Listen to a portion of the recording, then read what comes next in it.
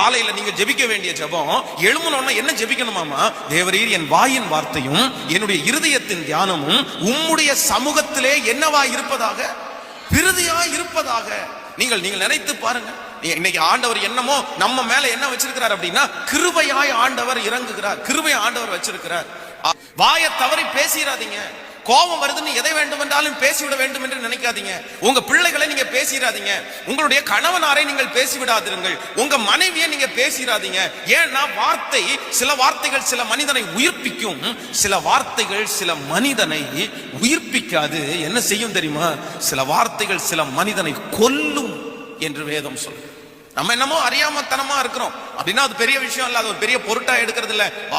பேசலாம், அதென்ன பெரிய விஷயம், யாராவது கேட்க போறாங்களா, ஏதாவது திட்ட போறாங்களா, அப்படியெல்லாம் இல்லையே அப்படின்னு நினைக்கிறோம். இல்லவே இல்லை. ஆண்டவர் எதை மிக அதிகமாய் கவனிக்க சொல்லுகிறார் என்றால், உன்னுடைய வாயின் வார்த்தைகள்